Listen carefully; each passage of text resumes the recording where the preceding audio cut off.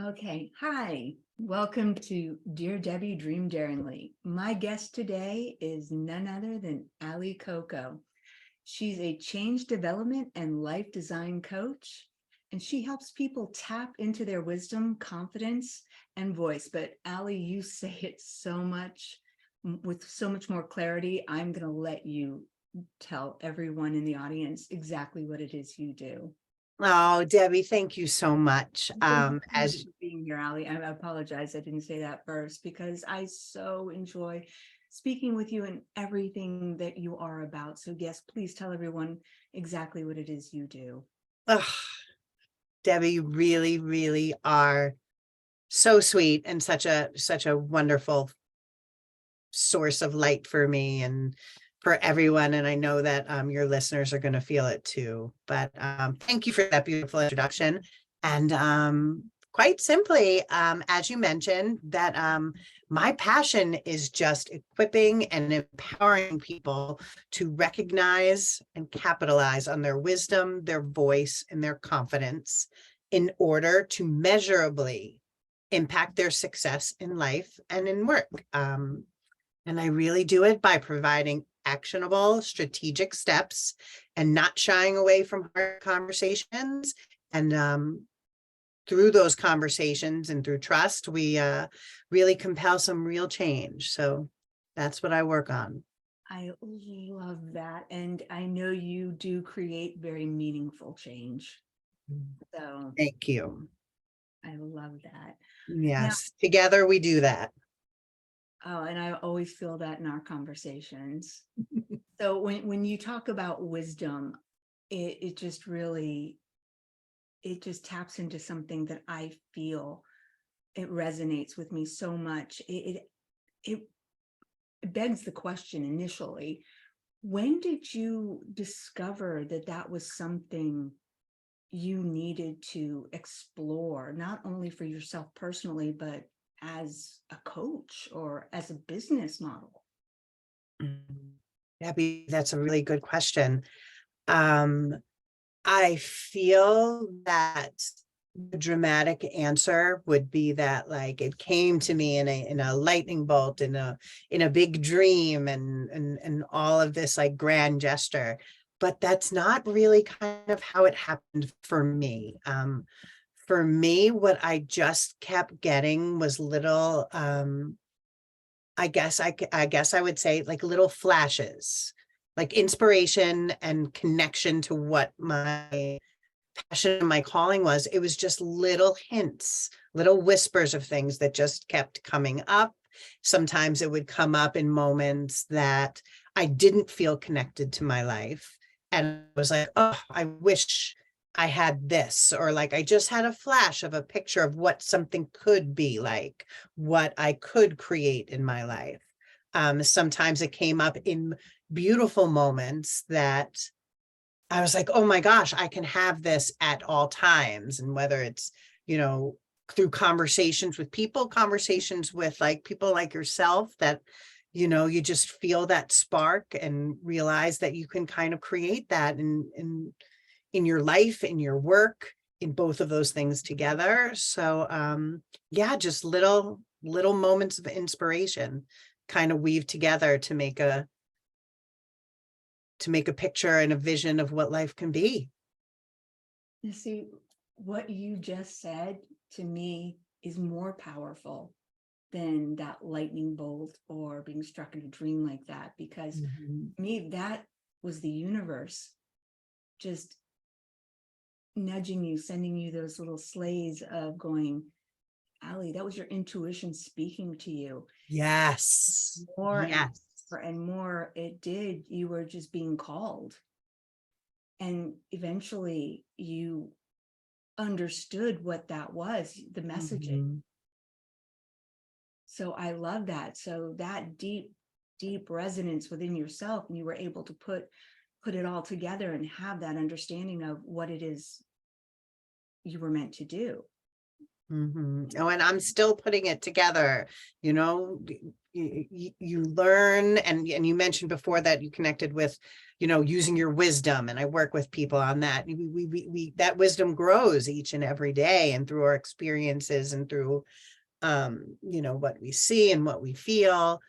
So, it's like everything, it's a work in progress, and having that special connection allows you to enjoy this process of creating yourself, and finding it, and exactly like you said, listening for your intuition, um to really guide you, and because it's all there, you just have to listen for it, and follow it. Absolutely.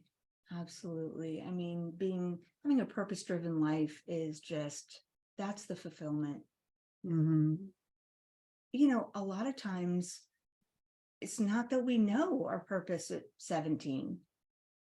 Sometimes some of us don't realize what our purpose is until later in life, and that's okay.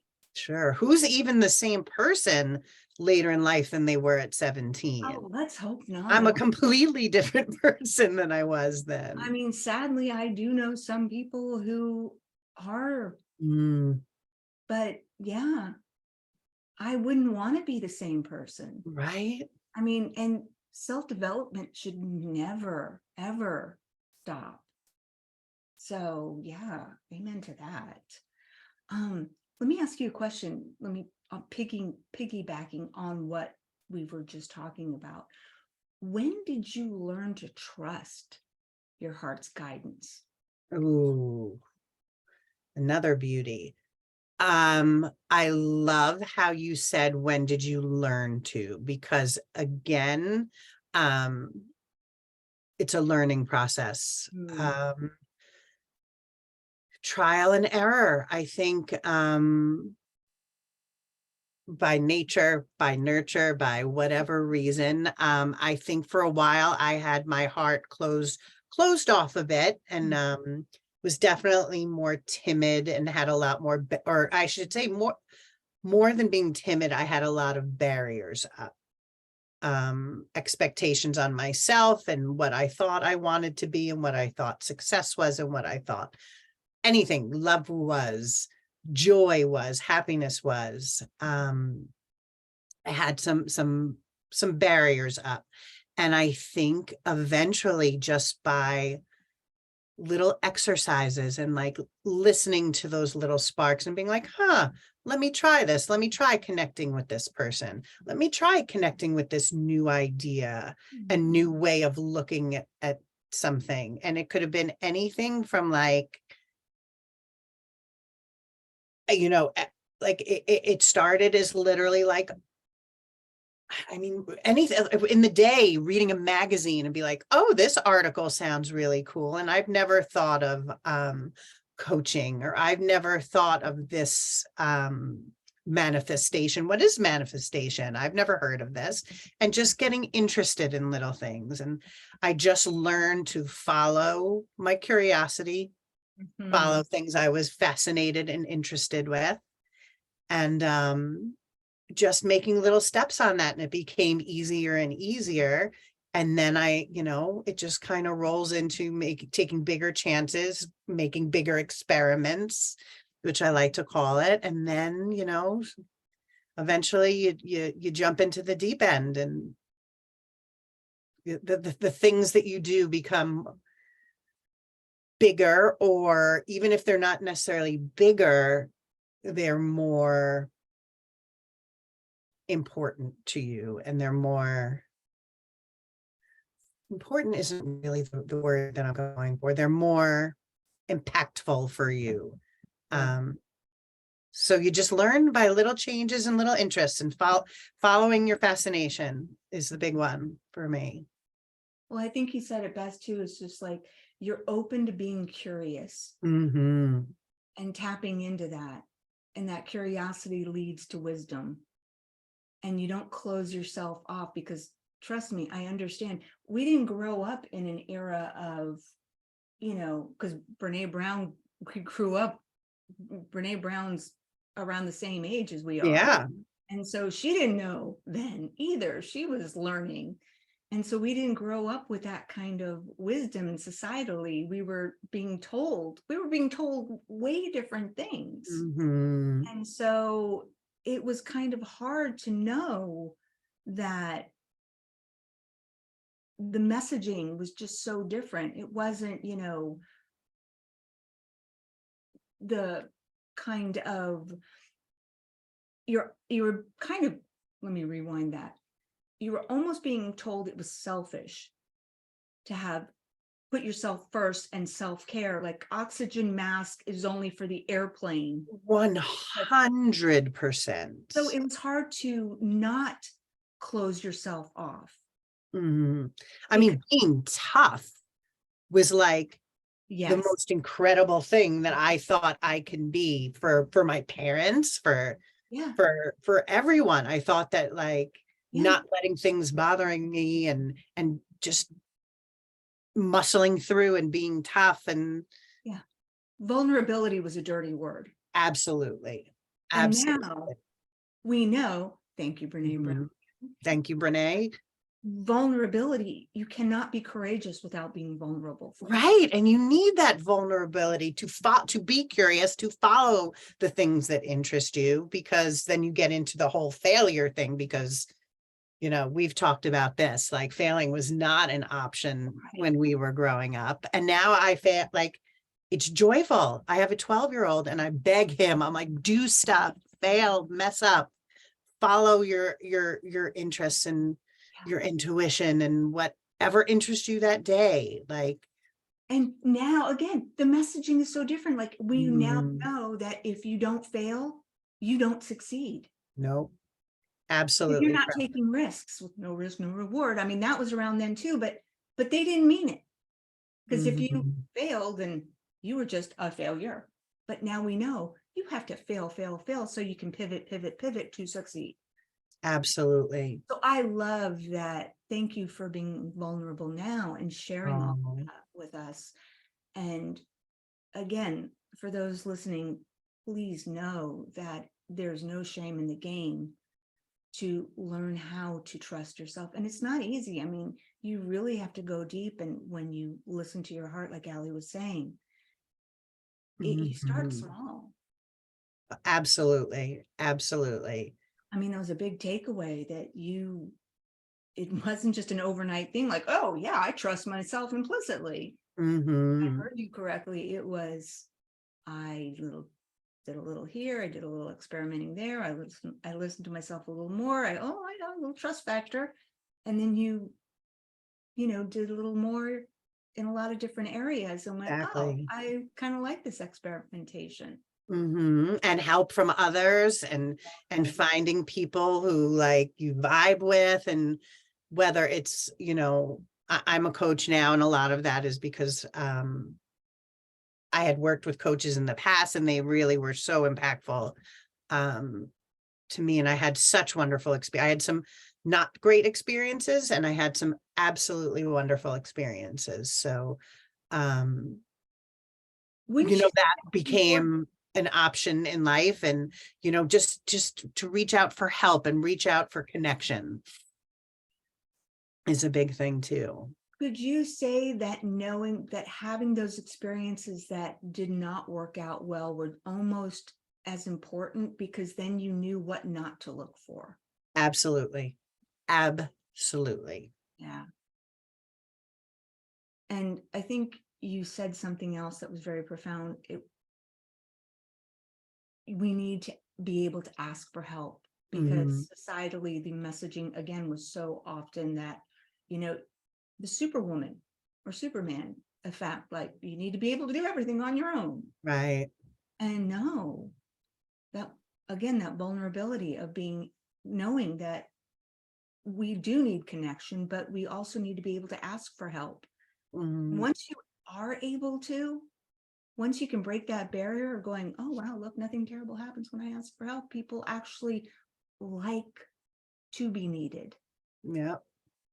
And in turn, it's just that wonderful knowing that we're all here meant for each other.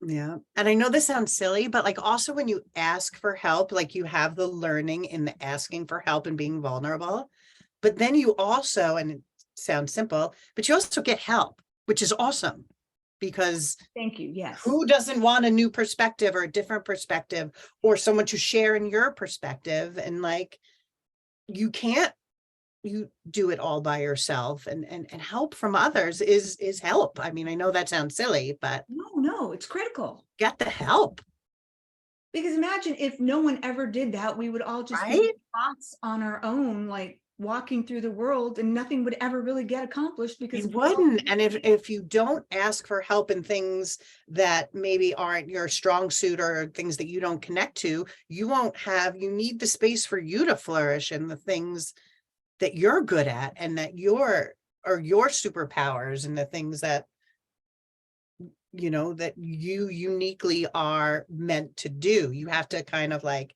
when asking for help, and you're making space for all of it. right.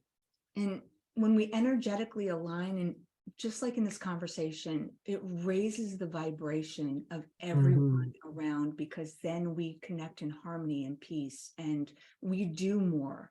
When we do more, we can create more and attract more to us in a Mhm. higher vibration way. So thank you, Ali. Yes, 100%. That wasn't simple. It's, I think, the foundation of like everything. So thank you. Um, in talking about kind of, the vibrational thing, what what do you do, would you say, to create a higher vibrational center for yourself? Do you have like a strict morning routine? Is it affirmations? Do you meditate? What do you do? Um, I do love a morning routine. Or I should say I like to call it it's like a palette, Ooh. right? You know, because morning routine sounds a little like a productivity bro for me. Say And more, say more. ritual, I do connect with ritual, but I was thinking, and I actually like the idea of a palette, like a painter's palette. Mm-hmm. So like a painter's palette has all these, I'm not a painter, so I probably got this wrong, but go with I love it though. painter's palette has all these beautiful colors. So I have all these beautiful, a palette of all these things that I have the opportunity to use in the morning. I have meditation, which I do meditate every single morning. Mm. That is my necessity. I need that. But like whether it's meditation, whether it's a special like tea, whether it's reading, some exercise, some stretching, some prayer, some different types of meditation. I do have like a palette of things that I choose from in the morning, every morning. But meditation, 20 minutes of meditation in the morning when I wake up is at this point a necessity in my life, just to kind of gather my thoughts and get present, because those brains just go. And you know, we've created things together, Debbie, and I know how our minds work, and we get excited and passionate, and you know, I feel like sometimes my brain just gets overrun. So to start the day and practice returning to presence through meditation is everything for me. I love that. And I love the idea of the palette. It's like Yeah, it's pretty, right? layers. Because like painting, you put layers of colors. So you're using Mm-hmm. from this layered nuance of, I start with the foundation Mm-hmm. and you add whatever other colors.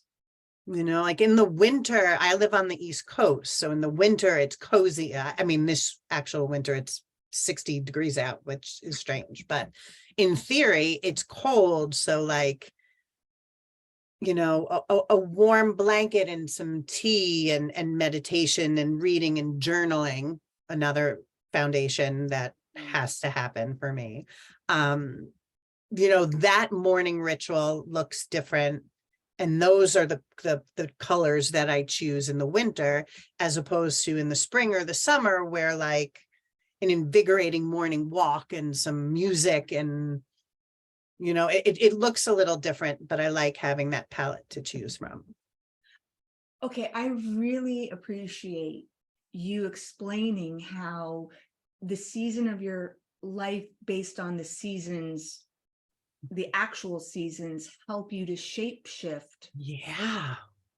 your actual palette. Yeah, I think I just realized how, yes, I think I just realized now how that it really does. The seasons are very impactful for me. Well, and I love that you're really, you know, speaking that into existence, especially for me and Mm. for our listeners, because I don't think sometimes without speaking it out loud, we recognize that. And we don't give ourselves permission sometimes because we feel it has to be so rigid. Mhm. No, I Oh, yeah. like what you just said, like it can be so bro code, like my Mhm. routine, it has to be set in stone and I have to do this because, and instead, just as long as we're remembering what we're trying to accomplish and what you said about just centering and grounding ourselves, and this is for me to really just be present and bring my Mhm. mind into this place of bringing my thoughts into like this fluid moment of where I'm at and not getting ahead of myself. I just want to be here in the Mhm. in, Because isn't the reason that one of the reasons why we, you know, try to have a morning ritual or whatever is ritual. to, we'll call, I love ritual, I really do. A morning ritual is to connect to like what we need, like what do I need for today? Yeah. And unless we actually like, well, actually, I should say it's like a combination of what we need and also a grounding force, because it does function as a grounding force for me too. But in that, like, we need things at different times and different days, and Yeah. that reflection into asking ourselves what we need and then making that into an actual ritual for that day. It's a nice combination. That was a No, horrible babble and a weird tangent I went no, on. not at all. But I agree with you. It is just a grounding force of understanding. Basically, I think all those different things that you had like alluded to before, like the tea and the journaling and the meditation and the exercise, all those things that you select from, Mm, as long as you're actually selecting from them, which you do, but I'm just saying that for our listeners, mm, as long as you're selecting from them and doing that on the daily in the morning, it keeps us from doing the very thing that we shouldn't be doing. mhm. I hesitate using the word shouldn't, but rather than waking up, picking up our phone, scrolling. That's exactly what I was going to say. So I think that's safe to say you shouldn't do that. Yeah, because what I'm going to happens say is it. we use up all of our brain calories on that mindless thing. Or what happens is when you start looking at emails or news or all of that, you take your brain offline. Mhm. You really can't go in and start to look at what you need. Perfectly Mhm. said by you before. How can I decide what it is that I need from my life, myself, my day, if I've already taken myself offline by looking Right. at what's happening in the world or in my inbox or on Instagram or Facebook and other people's lives? I've Mhm. already been affected, or what's another way to look at that? I've been tainted. I mean, that's not accurate, but it is, because you wake up and you're on the highest vibrational spiritual level that you are. And if you wake up and go, it is a fantastic day, you are on the literal highest vibration. And if you stay within that, because if you wake up and open your eyes and go, I love life, life is the best. And I am not doing a Pollyanna thing. I'm not doing this toxic positivity. Mhm. Second you wake up, if you own that and hold that thought for, I think it's 17 seconds, and then you try to expand that for at least 30 or more seconds, you Oh, I can, love that. yeah, you can change the entire direction of your day. And that's why one of the things, like if you put your feet on the floor when you wake up and go, today is going to be a great day, it really has Mhm. a profound effect on, you're telling your brain. So these are things we can do. But with what you said, I love the fluidity of it. You just have to be Yeah. mindful of the things you choose. And I never thought about that. What season is it?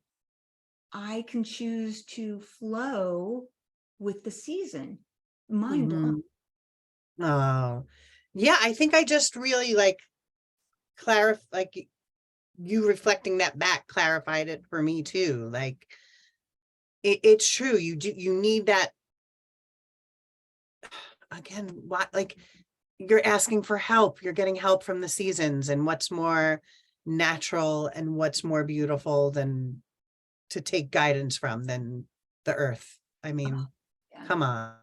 Yeah. And especially after winter, we're all just like, oh, Yeah, get me out. you know. But it's great too. And I mean, I'm a huge music buff and I'm a huge music fan. So as far as like the easiest way, like during the day to get my vibrations up is just to find some music that I love and get lost in it for even just a few minutes. So that's another thing that I do. And you have to tell us, because Ali puts out a great playlist on Spotify. Oh, yes, I'm gonna have a new one coming out too. It's just fun. It's just a fun hobby and it's fun. And I have great taste in music. You do. I am. You I do. do. I will, I'm still learning how to do this, but I will try to put in the show notes where you can find Ali's playlist on Spotify. Oh, I don't know if it'll excellent. I be a appreciate clickable that. link, but I will at least put the title of it so you can find it. Awesome. And the last thing I want to ask you, because I know we're kind of getting long in time here, is can you tell us, and I hate to put you on the spot like this, but about a time in your life that you successfully manifested something consciously or unconsciously into your life? Hmm. I know this is, I think there are two things that come to mind, and I'll try to wrap it up quick because especially when I'm passionate about something, I can oh, no. get excited and babble. No. I would say one of this sounds, I don't know. I think it sounds negative. It doesn't. I think that I manifested being let go from a career and a career that I was in for 25 years and in a company that I was with for 13 years. I had gotten let go during COVID. And it was honestly the best thing that has ever happened to me. And I didn't manifest it by like being really bad at my job and getting fired. That's not at all what happened. But I think it's just all of those, like following a little bit of intuition and just without getting into too much detail, the way that everything kind of lined up.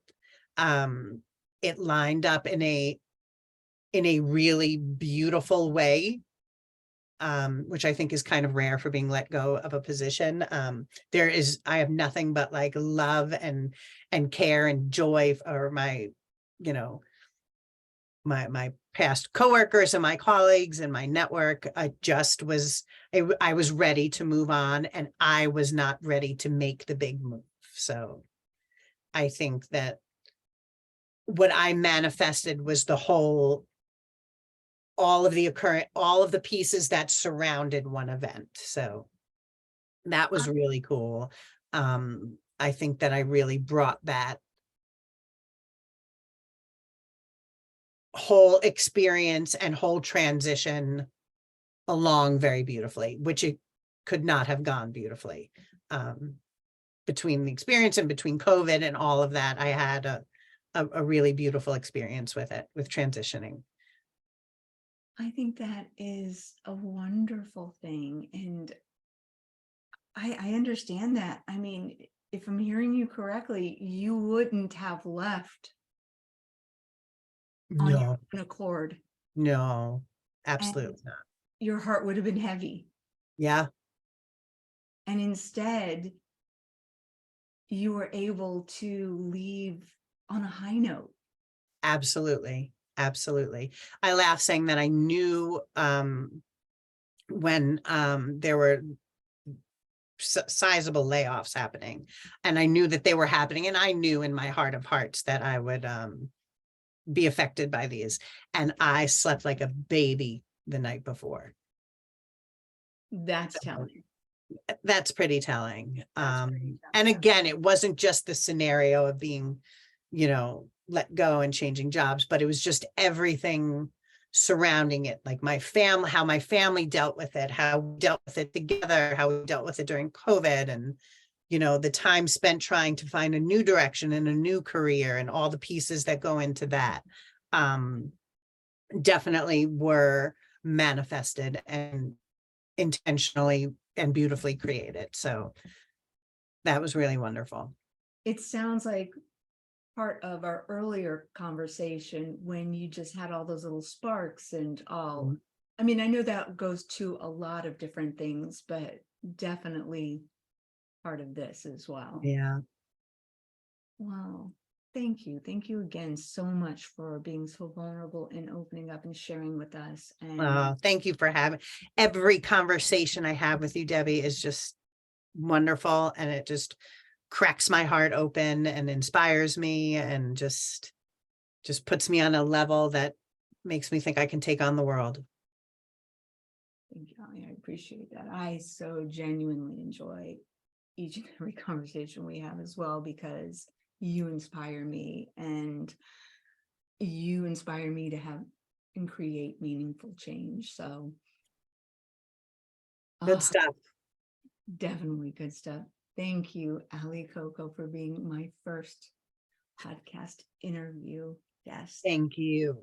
Thank you. It means everything to me. And this was an incredible conversation. Excellent. And I can't wait for our next one. Same. So if you want to find more out about Ali Cocco, I will link her website on Mhm. show notes, and you can find her on Instagram At Coaching by Ali Cocco, and the by is actually with an X. Yes, a little confusing, but it does look very cute. So it's Coaching X Ali Cocco. And you can check me out there. And I have links on that to get my weekly newsletter, which just has some tidbits of fun information and ways for us all to connect. Love. All right, doll. Thank you so much again. And remember, as always be dreaming. Always. And my listeners, thank you so much. And next week, there'll be more. Just take care and we'll talk again soon. All right, everyone. Bye. Bye.